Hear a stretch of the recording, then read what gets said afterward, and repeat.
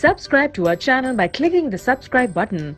Click the bell button and enjoy the latest uploads from our channel. Hello students, now our next question is question number 22. A student prepared 3 solutions, solution of alum, soil and milk in water. एक student ने, suppose आपने ही 3 solutions बनाए, किसके? एक alum का solution बनाया, एक soil का बनाया और एक मिल्क का बनाया. किसमें? वाटर में. मतलब वाटर में आपने एलम को डिसॉल्व किया, वाटर में आपने मिल्क को डिसॉल्व किया और वाटर में ही आपने सॉइल को डिसॉल्व किया. आपके ये 3 सॉल्यूशन बन गए. Can you distinguish between the 3 on the basis of transparency and stability? क्या आप इन 3 सॉल्यूशंस को डिस्टिंग्विश मतलब डिफरेंशिएट कर सकते हो? किस बेसिस पे? ट्रांसपेरेंसी पे और उसकी स्टेबिलिटी पे. यस, हम बिल्कुल कर सकते हैं. हमने 3 सॉल्यूशन बनाए हैं डिफरेंट. ठीक है, ये देखते हैं. ये हमारा फर्स्ट सॉल्यूशन है. सब में हमने किस में बनाया है? वाटर में. ये हमारा सेकंड सॉल्यूशन हो गया और ये हमारा थर्ड सॉल्यूशन हो गया. इसमें हमने एलम डाला, इसमें हमने सॉइल डाली और इसमें हमने मिल्क डाला. ठीक है, जब हमने एलम और मिल्क का सॉल्यूशन, एलम और वाटर का सॉल्यूशन बनाया तो ये हमारा क्या सॉल्यूशन बना? क्लियर सॉल्यूशन है, एकदम ट्रांसपेरेंट. क्लियर या ट्रांसपेरेंट. आप जब वाटर में सॉइल को मिक्स करते हो तो क्या वो आपको एक बिल्कुल क्लियर सॉल्यूशन देता है? नहीं, एक सस्पेंशन बनती है. आप उसके पार्टिकल्स को देख सकते हो सॉल्यूशन में, है ना. तो यहाँ पे क्या हो जाएगा? सस्पेंशन. और जब हम वाटर में मिल्क को मिक्स करते हैं तो हमें पता ही नहीं लगता कि हमने वाटर उसमें डाला भी है, क्योंकि हमें सिर्फ मिल्क के ही पार्टिकल्स दिखते हैं. तो वो क्या होता है? Colloidal solution. उसे हम बोलेंगे कोलोइडल सॉल्यूशन. तो ये हमारे 3 सॉल्यूशन प्रिपेयर हो गए. अब हमें इन्हें डिफरेंशिएट करना है. किस बेसिस पे? इनकी ट्रांसपेरेंसी पे और इनकी स्टेबिलिटी पे. तो पहले ट्रांसपेरेंसी पे देखते हैं.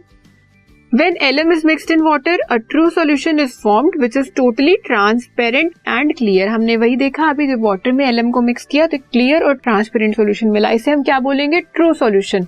सो हमारा जो एलम और वाटर का सॉल्यूशन था वो ट्रू सॉल्यूशन हुआ. नेक्स्ट, जो आपने वाटर में सॉइल को डाला, वहां पे आपको क्या मिला? अ suspension is formed which is not clear and dirty. एक सस्पेंशन सी है जो क्लियर नहीं है, डर्टी है. जब आप देखोगे वाटर के अंदर मड आपको साफ साफ दिख सकती है, वो डर्टी आ रहा है. ठीक है, तो इस तरह से हमारा सेकंड सॉल्यूशन बना. और थर्ड में एक कोलोइडल सॉल्यूशन बना जो ट्रांसलूसेंट या ओपेक, मेजरली वो ओपेक ही होता है. तो ट्रांसपेरेंसी के बेस पे हमने इन तीनों को अलग कर दिया. फर्स्ट वाला हमारा क्लियर सॉल्यूशन है, सेकेंड वाला डर्टी सॉल्यूशन है, थर्ड वाला कोलोइडल है. कैसा? ओपेक है, जिसमें से आप बिल्कुल नहीं देख सकते हो. अगर सॉइल और वाटर का देखो तो फिर भी आप कुछ पीछे वाला देख सकते हो, लेकिन कोलोइडल में ऐसा बिल्कुल नहीं होगा. वो बिल्कुल कैसा होगा? ओपेक, मतलब जिसमें से बिल्कुल लाइट ट्रांसफर नहीं हो सकती, आप विजिबिलिटी आपकी 0.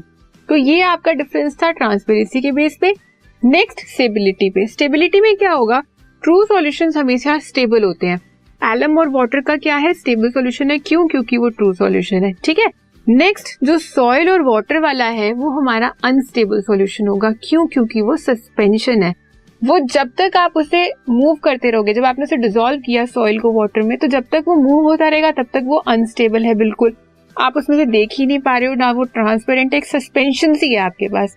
लेकिन अगर आपने उसे थोड़ी देर के लिए रख दिया, थोड़ी देर के लिए रखोगे, तो जो वो मड पार्टिकल्स हैं वो सेटल डाउन होने हो जाएंगे स्टार्ट. जब वो सेटल डाउन हो जाएंगे तो जो ऊपर का वाटर है वो फिर भी क्लियर नहीं होगा. वो कैसा रहेगा? लिटिल बिट डर्टी, उसमें कहीं कहीं मड पार्टिकल्स रहेंगे. इसलिए हमारे सस्पेंशन वाले सॉल्यूशंस कैसे होते हैं?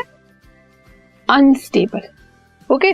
Next is colloidal. ये तो बिल्कुल ही अनस्टेबल है. क्यों? क्योंकि इसमें तो बिल्कुल ही ओपेक है, आप देख ही नहीं पा रहे हो. अगर आप मिल्क और वाटर को, जो आपका सॉल्यूशन है, उसे थोड़ी देर के लिए रख भी दोगे तो इससे क्या उसके पार्टिकल सेटल डाउन हो जाएंगे?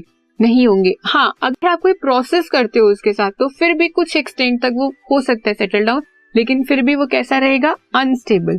तो हमने जो ट्रांसपेरेंसी और स्टेबिलिटी के बेसिस पे देखा, हमारा जो एलम और वाटर वाला था वो ट्रांसपेरेंट था, वाटर और सॉइल वाला सस्पेंशन था, वाटर और मिल्क वाला कोलोइडल था.